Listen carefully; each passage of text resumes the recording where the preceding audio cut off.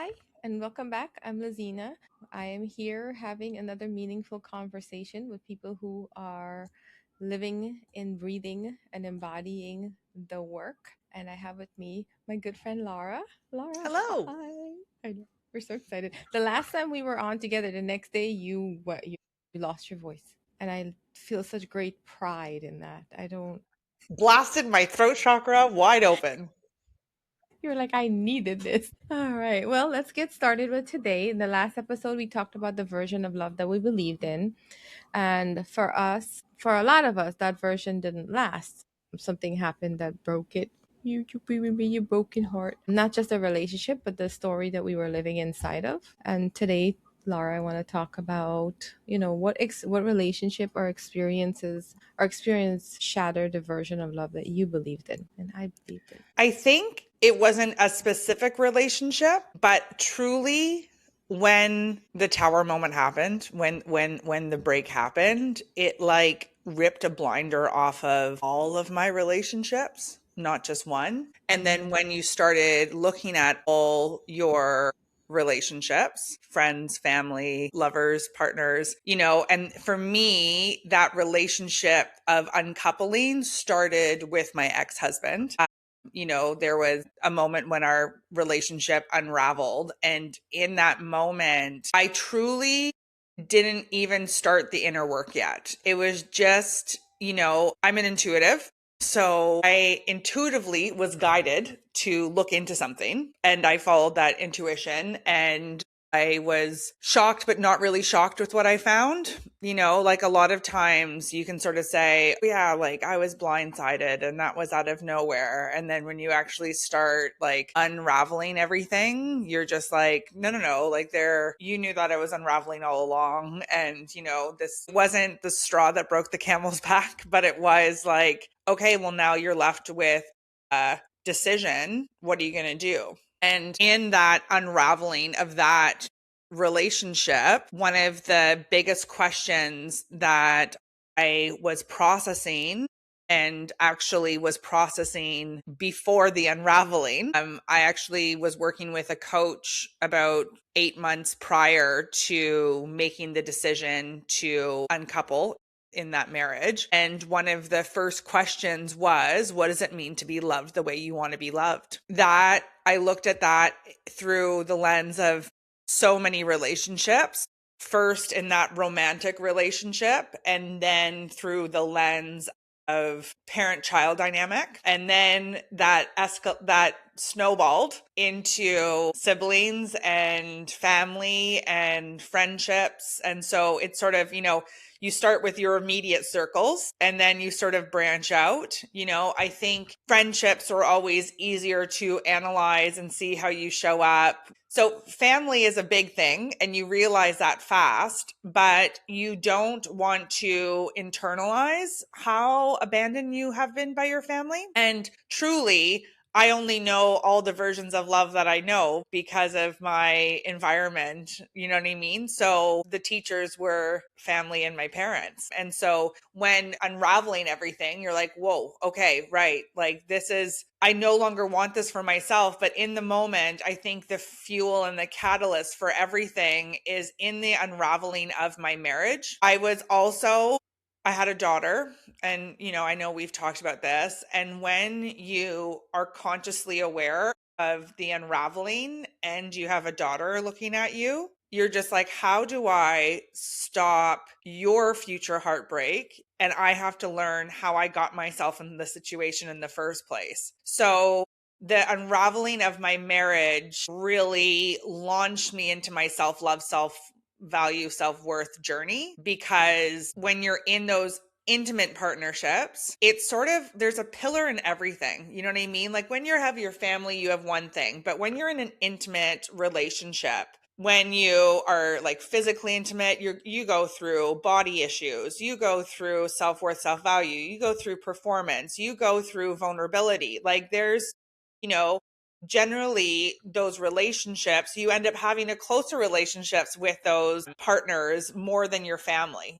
they're your best friend and your lover and all that kind of stuff. So you're truly exposed so much more. Like you can run from your family. They don't need to know, your daily routine, but your partner knows everything about you. So it's very, very exposing. Because I was already had the question in the back of my mind, what does it mean to be loved the way I want to be loved?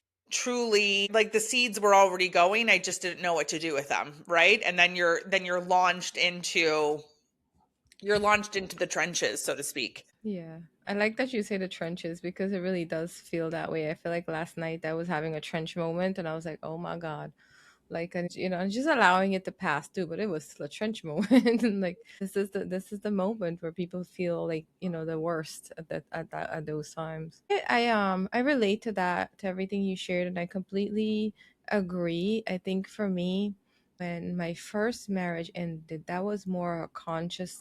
I would say it wasn't really an uncoupling, but I did voice that it was time for the marriage to break up. And I was terrified at first because I really thought that I was going to be harmed because it was such a toxic relationship. But what I learned then is that I found like this version of me that was stronger, that wasn't going to be subservient anymore, was going to stand up for my kids and, well, my daughter at the time, because like you were saying, sometimes you have those moments where you have to think about it as parents too. And when there was a hurricane and something had just happened that was really bad, and my daughter comes up to me and she puts her hand on my face and she's like, Mom, it's going to be okay. And I was like, no, no, I didn't want my daughter to comfort me through abuse. That to me was just not okay. And that led me to finally, come out of that relationship. And I felt like I found me. I started working, I started to become so much more independent, and it wasn't like a loss. It was like, okay, this is what this person was doing to me, like, I'm the one who's not speaking up for myself, but it was more blame. Then when my second marriage ended, that one was devastating because it hurt my kids. It hurt all three of them, and that was not expected, and I didn't want that to happen. And then I started to learn how my behavior affected a relationship. So it was like, so I actually need to work on myself. And there was so much guilt and shame in that alone, because then I started to see how it affected just my kids from when they were born, the different dynamics in not only romantic relationship or relationship with my family members. I wasn't this person that I recognize now. When I go back to even that version of me, I have a lot of grace and compassion, but it wasn't like, man, I was not a nice person at all. And so that was a giant wake up call. So I started to do more inner work. And that's when I started learning about all these different, like I was saying, labelings or personality types. I'm like, oh, so I can actually do this differently. I can choose whether I want to be in a relationship or not. Not, this whole breakup and things shatter. I can actually make a choice to say I don't want to or I want to. So that's the third relationship I got into. And we talked a little bit about that at the beginning. I didn't attach my worth to what happened in my second marriage, but a lot of my worth was attached to the third. Like I thought that I was being the loving, compassionate partner, and I was making sure that my person felt supported and they felt loved and cared about. But I wasn't taking care of me at all. And that was a relationship that I learned that emotional needs were important. I Well, didn't, it comes down to, yeah, the biggest betrayal is truly self-betrayal. Like, you know what I mean? exactly. Nobody betrays us. We come to the awareness that the person who betrayed us the most is us, right? Like, Yeah. even though someone else might have been the catalyst for that, Yeah. Sorry, I'm looking for something, but I'm here. the realization is self-betrayal. Like, the Yeah. realization is, right, like, right, I betrayed myself because I allowed this to happen, right? Like, I betrayed Hmm. myself because, I gave someone else authority over me, or like I Yeah. betrayed myself because I never stood up for myself. So it's like, even though there is deep compassion, the betrayal, right? Like it's not someone didn't betray me, they were actually themselves all along. Like Exactly. they weren't somebody new. I just viewed them Yeah. differently. So it's like so or the blinders were ripped off. So it's like Yeah. the reality is, we end up betraying and really more so self-abandoning, right? Yeah. Like I abandoned my own needs, I abandoned my own wants, I abandon, you name it, my self-worth, my self-value, like I just let it go, Yes. right? And so like it's sometimes, even though there's people obviously who ignite and are a catalyst for our journeys, the biggest realization is, how the hell did I get myself in this situation? And just like you said, I was a mean person. I was a mean person. Like I Yeah. had so many, I think, like, and when you talk about cracking your heart wide open is a better term for this. It's like the moments that cracked my heart wide open were the moments that I actually realized how narcissistic my behavior was, or entitled my behavior was, or like when you had those moments, even with your daughter holding your face, my daughter's done the same thing. And I was just like, how is at the time a 3-year-old or a 4-year-old trying to hold space Yeah. for me, right? And Yeah.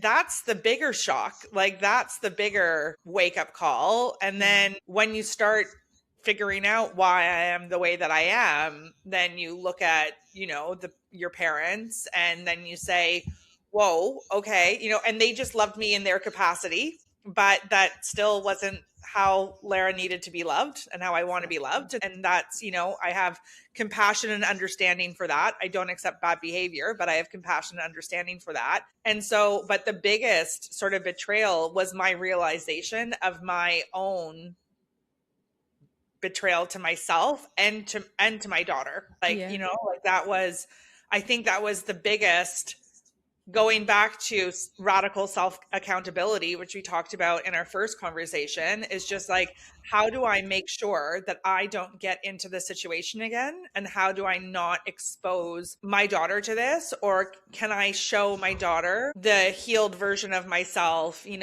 being loved the way I want to be loved, and that it's possible? So it's like, there was so many different eye openers, you know what I mean? But Yeah.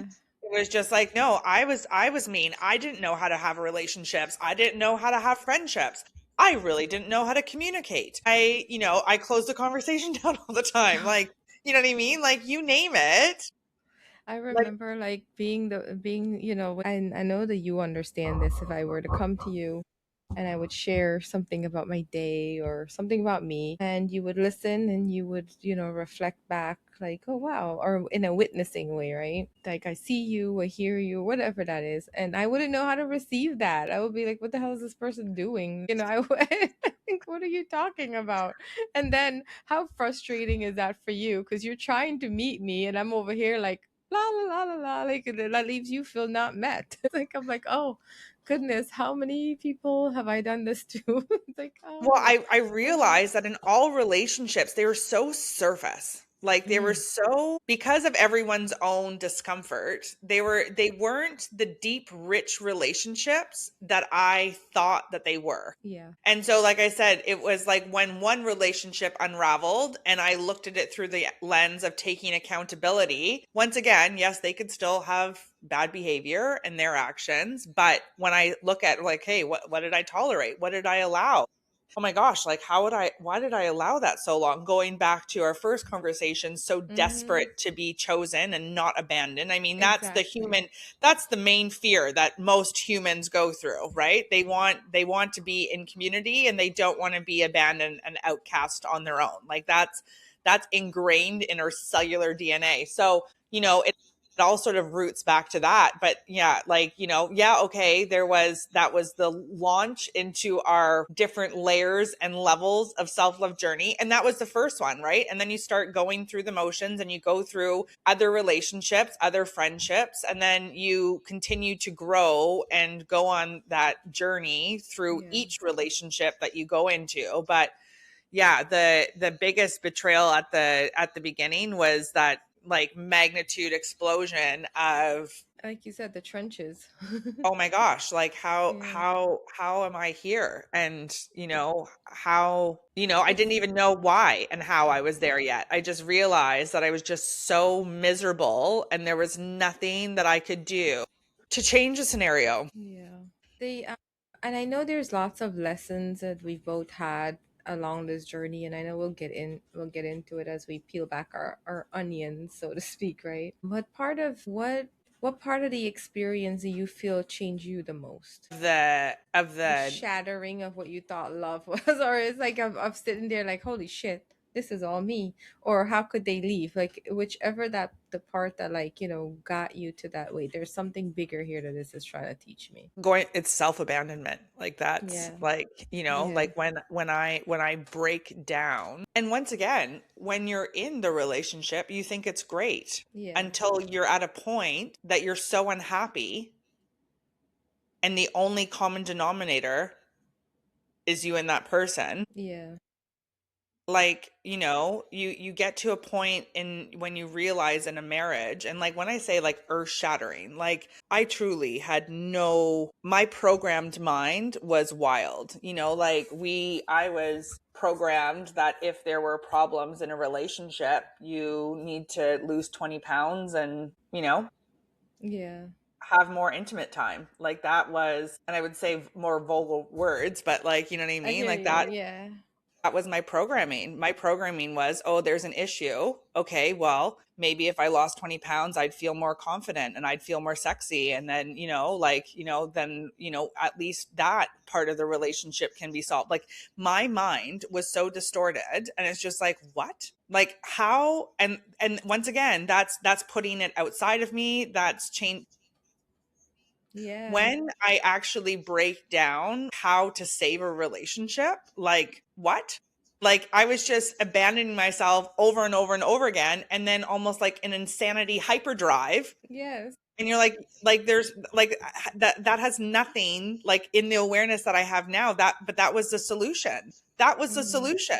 Every single Cosmo magazine, other solutions to do it better, to be the best, and that's all performance. yeah, It's all performance. And then when you realize you don't have to perform to be loved, and you don't have to do anything to be loved, and you're worthy of love, and you just need to love who you are in the exact moment that you are. And when it has nothing externally or your body size, like it truly, when you start unraveling it, you're like, whoa, yeah, I was insane. Like it's not even I was crazy. I was nuts. Like it was, and that goes back to like you're trying to solve something with what you're programmed is such a main pillar to keep someone happy, when like that's so distorted. And it's like, and then so it's like when you unravel those types of things and you start looking at yourself and you're like, why do I even think that? And I mean, these are lessons that have come over years of yeah, unraveling. yes, These aren't awarenesses that like, okay, I made the decision and then I started doing the work, and like by the fall I was a healed version of myself. Like we've been on this journey for years. Like this is not, well, marriages, years. Like this is not something that just happens. But like, and once again, every relationship that you have is a step forward, yes, but it shows you another side. Like, even living with someone, like I was living with my cousin, and just living with her, I got to unravel different layers of codependent relationship. And what does that mean? And like those are valuable lessons that I'm happy that I've had, just as having a new roommate. You know what I mean? Like it's just, there's so many. When you look at relationship, I truly yeah, did not know how to be in relationship. I was doing exactly what I thought relationships were and what marriages were, and making dinner and making the lunches, and like, well, how would you ever leave me because I make your lunches every day? And like yeah, it's just insane. Like it's truly, when you break it down, it's just yes, like, what? And then so many people sit in their pity party, their victim mindset of being like, I'm just so unhappy and I just don't know what to do with myself. And then they start trying to self improve. Once again, pretty much beating yourself up. So then you start dieting, or you start working out more, or you start, okay, I'm going to, you start doing things that are technically all actions of self hate. Like when the intention is different, then Yeah. yeah, okay, those actions could be self love. But when you do it to try to save something, that so when there's that negative energy, negative intention, those are all actions of self hate, not self love. Yeah. I am putting myself out of me, out of my care, and making sure that it's somebody else who's cared for. I really thought that when you love somebody, you fight. Like you do Yeah, everything you you can to make it work. You go out of your way, you to the sacrifice, death. you yeah, and it's like it's a lot of emotional labor. It's a lot of self-sacrificing. It's and the person doesn't even want that. They just want space. It's like, and now I understand. Like the more I push, the more it's gonna pull. Right? It just I just have to let it be whatever. It's devastating and heart wrenching because like to go to each of those pillars of heartbreak, like the first moment it was like, wait a minute, my reality just crashed. I didn't and then I just never expected the last two. Like I didn't the devastation that happened, I didn't expect it. And I don't think that I could have ever, because I was so naive and I didn't know about boundaries. I didn't know about, like, people actually date and they don't really love each other and they break up. Like that's how people date. And I'm such a committer. I'm like, I didn't know that I had codependency. Let me latch on to you and earn my father's love, please, in every single fashion. And just this and this. And it just felt like, I think like last year, my heart started to feel like it was loosening up because it was like this the whole time. That's a lot of like damage, not just physically, emotionally, mentally, but like to a person. It's, oh my gosh, it was truly an experience. And I wish that nobody could go through it. But on the other side of it, it was like, I did self abandon myself. I did not value myself. The people who love and care about me would value me. They would want me to take care of myself. And, there's just all of these like nuances and layers to it. It can become, I think there are times where I've been like, actually stuck in it. And when I say stuck, I think it's because of the mindset that I'm in this low place and I wasn't looking at it like, okay, what's waking up inside of me? What is this revealing? What more could there be here? And I remember being in that space, just wanting to make sense of it. And all of the stories I was telling myself was still to protect somebody else's name, not even myself. It was to justify their behavior, to say that, okay, they did this, but no, they hurt me. Their behavior hurt me, regardless of whatever that is. But at the same time, witnessing it that way and then stepping out of it, because if I stayed there, I feel like I staying in that little, it's like a little bracket, like a little box, and everything in my mind is just going there, and it feels like it's deteriorating because I had so much of my worth attached to someone else, not even me. Like. Well, it's like that authority that you give someone else. It's like, so many times relationships end, and yes, there was someone who hurt someone, or you both ended up hurting each other. In those moments though, when you're looking at the relationship and, reflecting over it, where a lot of people do it backwards is they go, okay, to not attract someone like that again, okay, I'm not going to allow this, or like, oh, if they say that, this is going to be a red flag, and they sort of go through and like chop that person's life. And then, but the truth is, you have to realize that we are truly all creatures of frequencies. Mm-hmm. Just like you and I connect because we're on the same frequency and the same resonance, Yeah. relationships are the same thing. And so even if we're both working on different things or coming in with different trauma wounds, we are meeting individuals still on an energetic match to where we are. Yeah. So it's not just what are things that I'm going to ignore in the next or not ignore in the next person, and what are the red flags that were actually there all along. You have to ask yourself, well, how did I attract that type of person in? Like, what is going on for me? Where are my red flags? Like, because Exactly. you're truly a reflective mirror. Like, everyone in your life is a reflective mirror of where you are in the company that you keep. And so, going back to that word of, self accountability, it's like, okay, right. When I look at the relationships that I have been in, they've all been a direct reflection of, like, we actually had very Me. similar Yes. trauma bonding. You know what I mean? Yes. Like, Yeah. yeah, we both were so codependent on each other, because and so that's why it worked. You know what I mean? Yes. Like, if you're codependent, it's because the other person's codependent. Like, so Yeah. it's not, and you're like, okay, well, why am I codependent? You know what I mean? Like, it wasn't. So when you actually look at the bigger picture of things, you're like, okay, right. Like, I processed things like this, and they process things like that. They're Mhm. different, but energetically they're the same. What I'm observing is that we all have emotional needs, we all have emotions, we all have behaviors.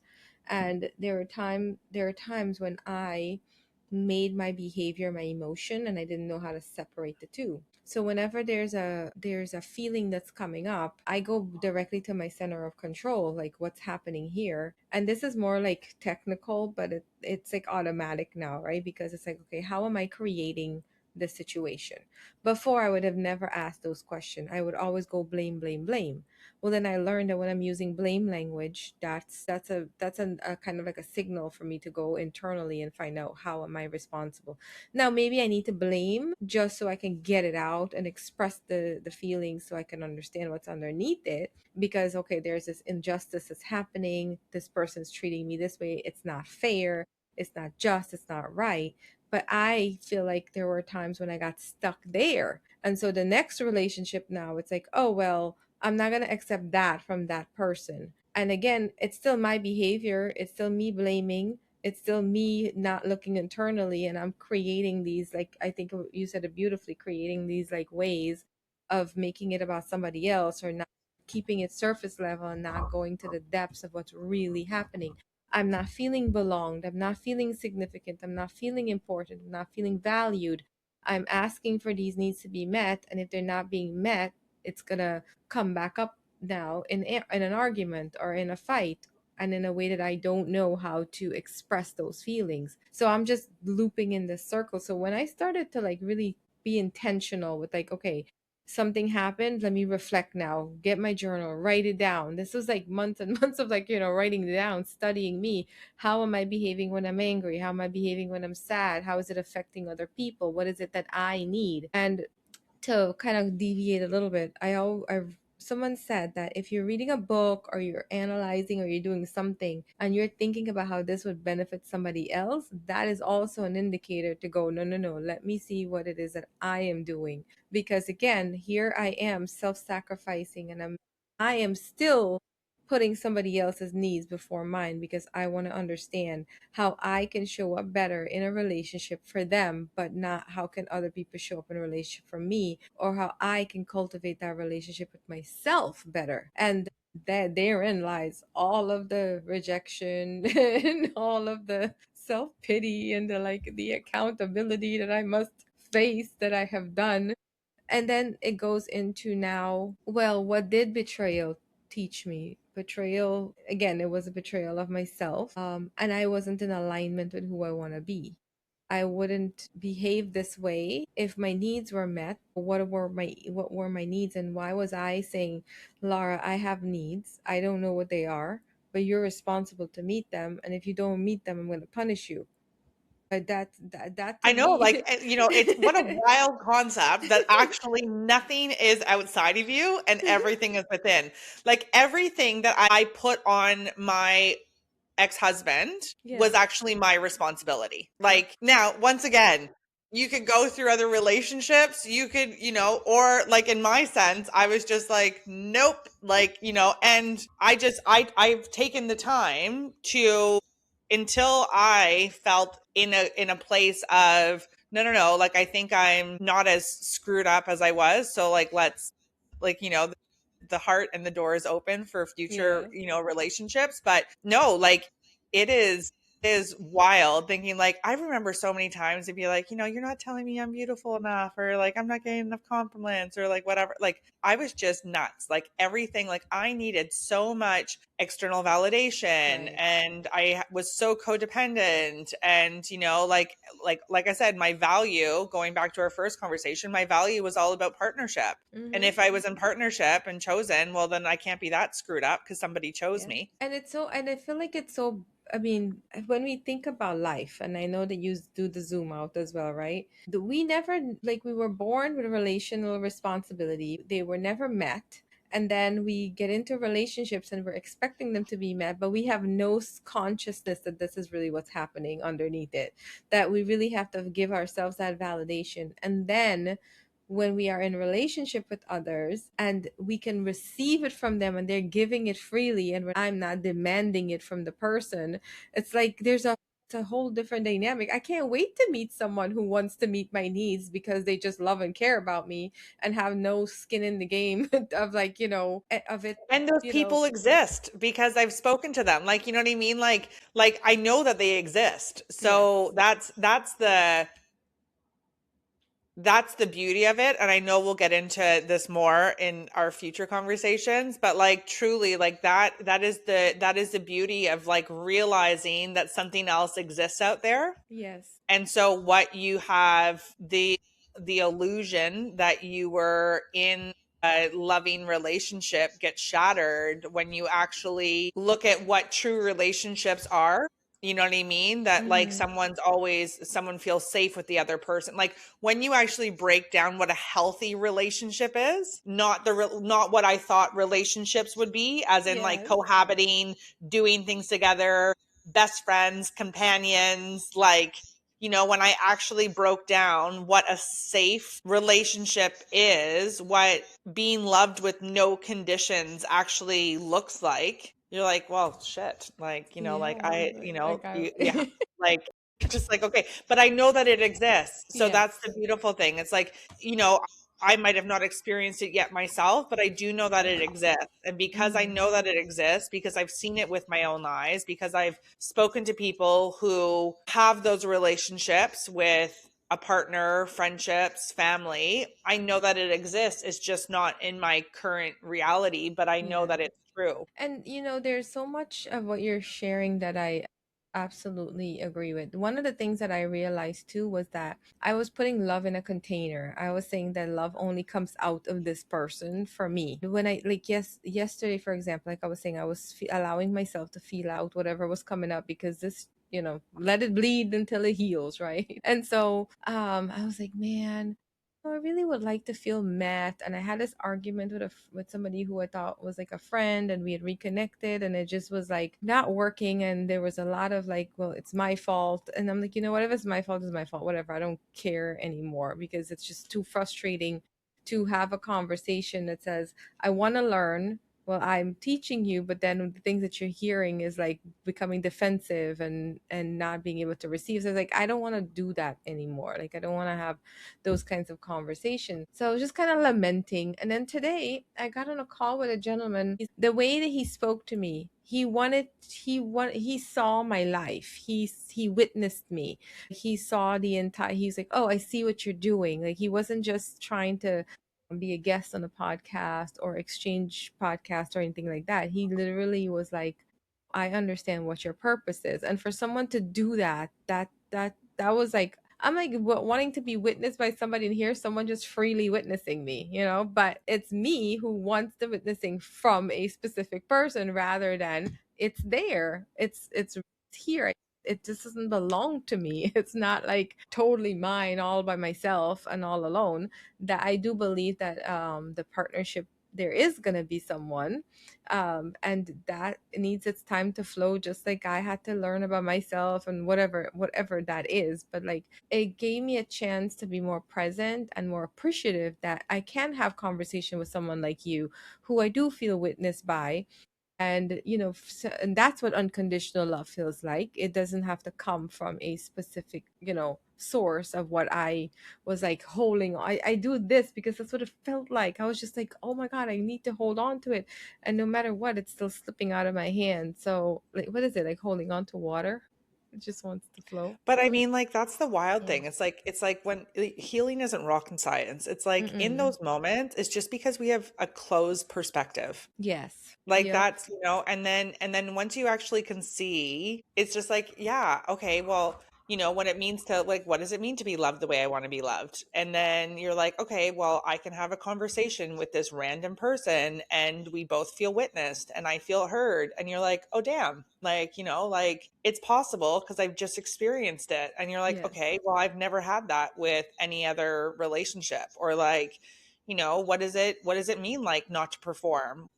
I have now, after the long healing journey, I have now, you know what I mean? Like, okay, this is what it looks like. It's like, okay, so now I could say, okay, like, we could send voice messages and I don't really care how you're going to receive them. Like in the sense of like, I'm just being me, you're just getting your downloads, we're going back and forth. Like the Yeah. old me would have been terrified with how I would have been perceived, Yeah. right? Because I was trying to be professional or I was trying to, like there was an alternative, or I was trying to manipulate a situation or an outcome.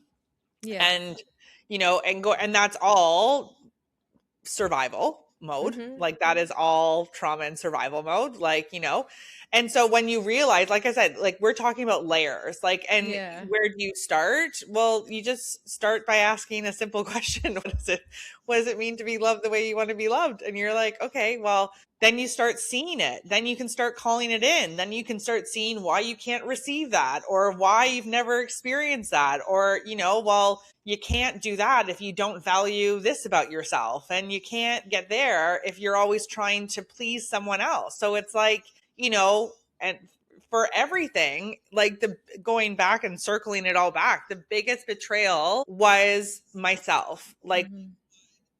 oh, did I think that all this was okay? Yeah. And you don't And see it until you see it. And that's where, like, everyone who's listening to this, you truly don't see it until you see it. It's like there's a moment that happens, that explosion, that tower moment, that blinders being ripped off. Why someone's in a 30-year marriage and never sees it until 35 years and, like, oh my gosh, all along. How someone goes through multiple relationships and then has new perspective awarenesses along the way. Like once again, like it's not everyone's on their own curriculum to learn yeah. this. Like, it's not everyone's going through their own process. And I'm really stubborn. So for me, I have to have some pretty extreme things happen, which somebody doesn't have to go through those like extreme moments, extreme experiences. But Mm-hmm. I know that I'm stubborn. I'm a very stubborn person. So the Same. universe has to make really big explosions for Lara to listen. So it's like, it's like, and I know that, so it's like, it's one of those things that as you unravel everything, you realize, oh, Yeah, that's I, it. I'm the common I'm the denominator. problem. I'm the problem. It's me. I'm the problem. It's me. Like really, it's like that is, you're like, okay, like why don't I have these fulfilling friendships? Okay, well, why do you keep on getting friendships that, are surface level? Like, okay, like I want more in this. Well, like why do you even, Yeah. so it's like, and you can't get mad at the other person in relationship with you, whatever, whether it's friendship, whatever. It's because you also connected with them in a version of yourself that is different from where you are. And so you can't be mad at them because they're not on this journey of coming back to themselves. So it's Yeah. like, it's, that's a big shift in it. But yeah, when you realize that you're the one that's, if you're the magnet, you're pulling these people in. Yeah. You know, I really believe that and only because I've done this with my children and some of my friends and family, right? That while we're growing, while we are exploring what our emotional needs are, whatever, what our ultimate dynamic of a relationship with is, it could be a beautiful exploration. Because let's say I'm looking into how do I behave when I'm angry, And how is that? That's not always going to be my go-to, right? Because anger is the one that I sabotage with. So like how, well, when I'm angry, I'm loud, I'm going to overtalk, I'm going to interrupt, you're going to see it on my face. These nostrils don't tame down for nobody. I'm like, I'm hulking out, and it's in my eyes as well. So when I'm angry, what is it that I'm feeling? I'm feeling disrespected, I'm not feeling heard, I'm not feeling valued, I'm feeling taken for granted, I'm feeling yeah, most of the time I'm not feeling valued, I'm not feeling like I'm loved or I'm cared about.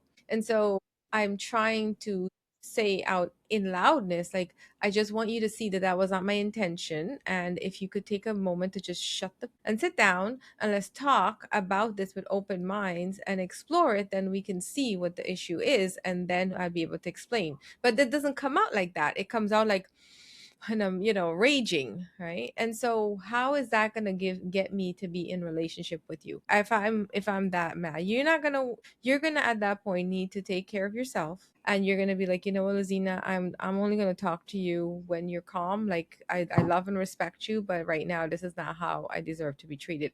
And you're absolutely right. Like, you would not be wrong for that. I just think that there's a way to do that that says, we have a conversation, Laura, this is how I behave when I'm angry, sad, overwhelmed, da da da da.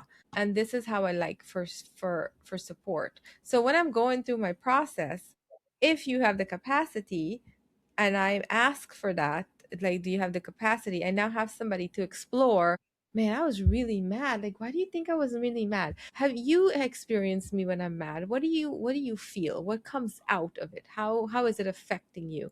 I think being able to have that kind of conversation really helps us grow together, and we get to see the layers of growth with each other. And that's kind of what I love about my relationship with my daughters and my son, is because we can do that with each other. We've allowed the space for it. But And that's the thing, you have both parties who are willing, yeah, right? yeah, But you can't that doesn't happen that when yeah. when That's what and it's okay if someone doesn't have the capacity, right? yes, Like, exactly. they have to choose themselves. And that's also another self-betrayal moment, that we are Yeah, conditioned to put on everyone else's oxygen mask first before our own. yeah. So that And, lead yeah, so that was leading me to, if the relationship, the catalyst or the tower moment didn't happen, do you feel like you would have ever gone inwards? probably not. Yeah, I didn't think so Like either. like I like I say probably not. Who knows, right? We can't go back in the past. Yeah, Like yeah, I don't know, but I do know it wouldn't have been as electrically charged as it is, as what I've gone through. yeah, Like I don't know if I would have stayed and made things work. I don't know if I would have stayed and lost 20 pounds and done more. And like, I don't know if I might have just gone through a really like miserable, drawn out another, 10, 20 years. Like I don't really know, because it happened as it happened. Like, yeah, it was divine timing. Like that was go time. And so therefore, like, so, but truly, it's a question that I reflect on. If those events didn't happen, would have wanted to leave or have the conversations to end? And I don't think it would have. So, but at the same time, I know I would have been absolutely miserable for so much longer. You know what I yeah, mean? Like, at the end of the day, doing the reflective work, I could see it. But until things exploded, I didn't see how I showed up in it.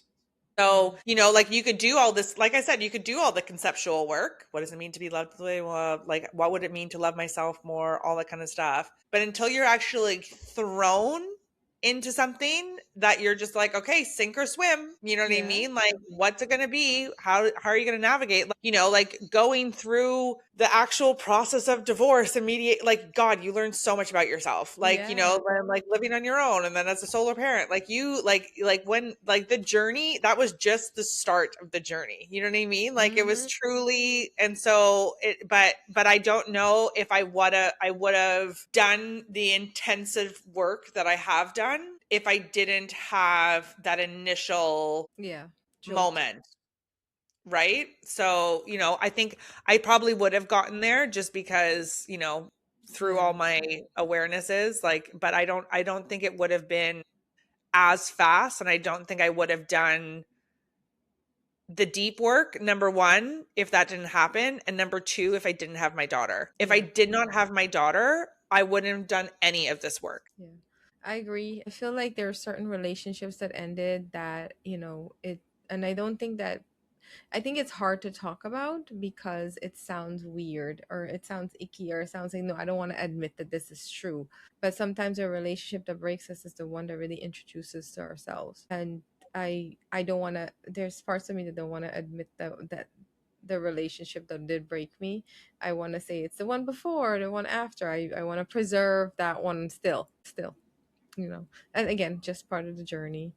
But yeah, I think that when it comes to relationships in general, when we are triggered, like when we're not triggered or we are happy or we're enjoying each other's company, it's great. Like we are alive and well, and then when emotions comes up, those are the times when we're not really behaving in the way that we think we are, and that really makes or breaks a relationship. But then again, when I say we, I mean me.